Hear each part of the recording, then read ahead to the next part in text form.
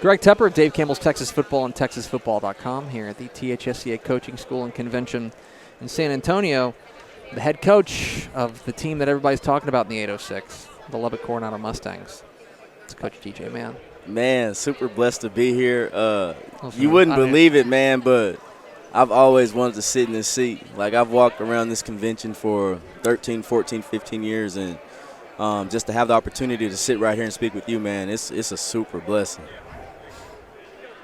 Why are you lying to the people? No, I'm serious as a heart attack, man. Are you good to, okay, you well, you don't, I mean, there's no blessing in talking with me, though. You can talk about, what it means, but it's just me. Just the opportunity, I look at that screen and it says Lubbock Coronado head football coach, and it's still surreal to me. Like, it's still, every day I get a chance to go be a blessing to other kids in my community. And like I said, man, just seriously having the opportunity to sit right here and speak with you and to talk about the good things that are going on 34th Street, man, it's surreal. Well, let me tell you. Here's the thing. So now I got to be nice about DJ Mann, which I've known you for years and years and years. We've known each other. We got a history.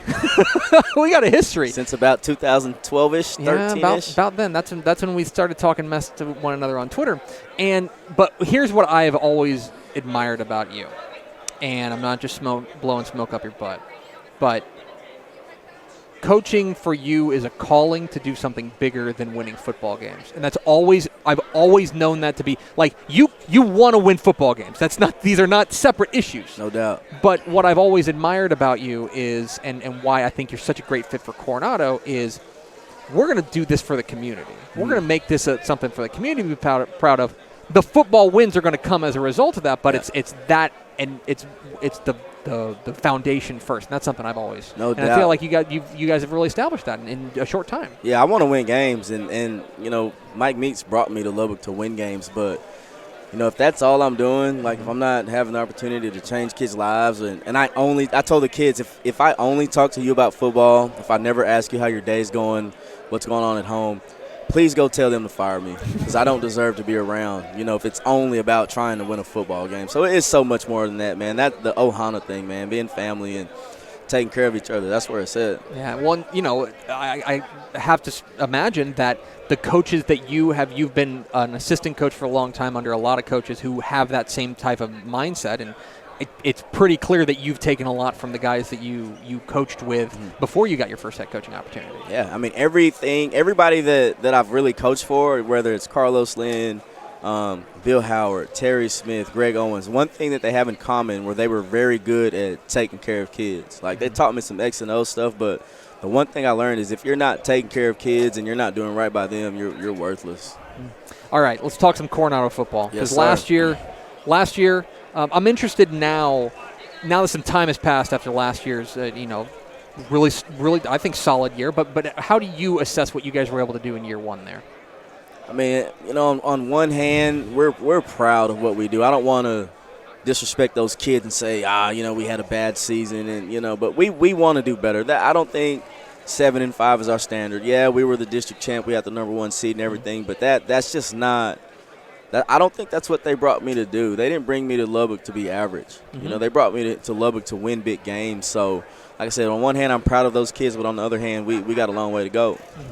All right, so then what do you know now about being a head coach, about being the head coach at Coronado, about anything that if we were having this conversation a year ago, you didn't?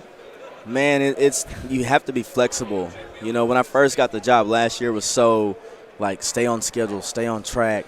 You got to have your day planned out. This is going to happen at 9 o'clock. This is going to happen at 10 o'clock. Well, I've learned quickly at like 9:35, somebody's going to knock on my door, or I'm going to get a text message or an email about Johnny acting up in the hallway. So you just always have to be flexible. And, one thing that I learned is I have to let my coaches coach. Like, I have phenomenal assistants that I'm terrified. I'm not afraid that they're going to leave. I hope they leave next year because that means we were successful.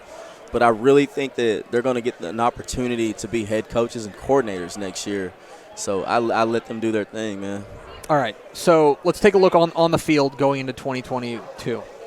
Second year under the DJ Mann regime, we'll call it. How do you think this team maybe is going to be different than last year's team? Man, we're going to be a lot more confident on the field this year just because we're in year 2 of the scheme. We're in year 2 of them understanding, how we coach, my expectations and everything. So, we played with some fire last year, but we kind of got a chip on our shoulder this year because, we won our district last year and somebody picked us to get 5th this year.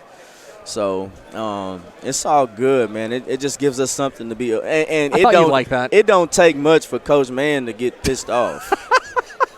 Yeah, I know. I saw you at 7-on-7. It don't take. It don't take much for me to get mad. So it's a beautiful thing when I can get the kids mad and get them upset now. But it's all good. I'll tell a DJ Mann story. Yesterday, last time I saw you was at 7-on-7. You're sitting. You can't coach 7-on-7. You're a fan basically, sitting in the end zone with a couple of your assistants.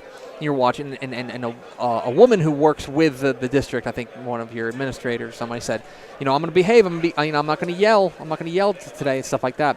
And first play, you're playing Longview. They hit a touchdown over the top. First play. And you're up on that sideline, like, we're here now. We're like one play in, and you're like already breaking the problems. Like, all right, you can't ask a bird not to fly. You know what I mean? Yeah, man. I try to be calm, but that's not me, man. I got some good advice from some people, man. Rickland Holmes being one of them, and he said, DJ, be you, no matter what, be you. So, yeah, the first play, I was up and I was upset. All right, now let's talk a little bit about realignment. Tough district. We got you 5th in the district. Are we wrong? Absolutely. Okay. And I love that. I totally respect what you guys do, and I respect our teams, man. Our district, 6 out of 7 made the playoffs last year. You got a 6A team dropping down. You got a team that played for the 5A Division II semifinalists. THSCA went 3 or 4 rounds deep. So, it's understandable, but – we're bringing back a quarterback that threw for 3,100 yards last year. Jack Carroll's a dude, man. He's the offensive player of the year coming back. So I think, just that stability, and we have some tradition at Coronado. We've won that thing, not just mine last year, but what they've done in years before. I think that we've earned a little respect. But like I said earlier, man, it's all good, man. I love the magazine. When I opened it and saw we were 5th, I threw it on the floor and said I'll read it 5 days later. But you know what? Respect. I appreciate that. I appreciate you being a subscriber. Forever. All right. So now I do have to ask you about another guy who came to town, basically a carpetbagger at this point, just at the local university there. He's on the cover of the magazine. Big time. Joey McGuire. This is a guy who obviously you've got a relationship with. He's priding himself on building relationships. How have you noticed? And you're a guy who, in a lot of ways, you really cut your teeth as being really on the forefront of the new generation of recruiting coordinators. You know what I mean in high school football. From that perspective, I know you've got bigger fish to fry these days, but from that perspective, can you notice what Joey McGuire is doing there at Texas Tech? Is that resonating with you and from the recruiting perspective? Man, he's a phenom, and when he got the job, a lot of people. I had the opportunity to do a lot of interviews, about him, and I told people he's going to recruit on a level that Texas Tech has never seen. And the next day, he gets 3 commitments from Cedar Hill kids. He gets a commitment from a kid that's committed to TCU or whatever. So I like that he's there because I always thought that I was the man in Lubbock, and then he showed up. So now it kind of motivates me to have to be innovative and to do some things, not just to be the best high school team in town, but I want to be the best, football team. I want to be the most known football team in town. So what they're doing at Texas Tech, I love it. I got an opportunity. When he says you got an open door policy, I can walk in and not just walk through the hallway. I can walk in his office. Say, hey, what's going on, Coach McGuire? So just him being able to have that opportunity to come to Lubbock and be a head, coach in the Big 12, man, is super big time. And I think it's just going to help all these guys. It's going to motivate everybody in this building right now. So, and final question, our relationship really began years ago with some, let's call some chirping on Twitter, on the Bird app. If you guys win the district, which I think it's a good district, and I think, there's 5-6 teams that could win the district. You know what I mean? If you guys win the district, are you going to chirp at me on Twitter? Everybody knows that Coach Mann talks trash, and I can't help it, man. Spicy. Spicy. It's funny because I tell coaches before the game, like, don't take nothing I'm gonna say personal, because I'm gonna be talking. Win or lose, I'm gonna be talking. But man, we go undefeated and win the district, I'm probably gonna have something to say to you. I love it. And then I'll text you and say I love you. I respect it. I remember at one point, because LISD does that incredible media luncheon every Thursday, and I remember at one point you name dropped that I think that. I don't remember who you were playing, but you guys were favorites, and you said something along the line like, "Don't lose this game because they're gonna be talking about you on TV." Yeah. We were getting ready to play. Lubbock High. Yeah. I had to remind my kids, like, hey, I've been there before. When I was at Cedar Hill, we lost to J.J. Pierce. So you don't want to lose that game because they will come get you. They will. Live on television. You'll be the lead. We don't want that action. Okay, you said that it was a dream to do this interview. Did it live up to expectations? Man, it's fun.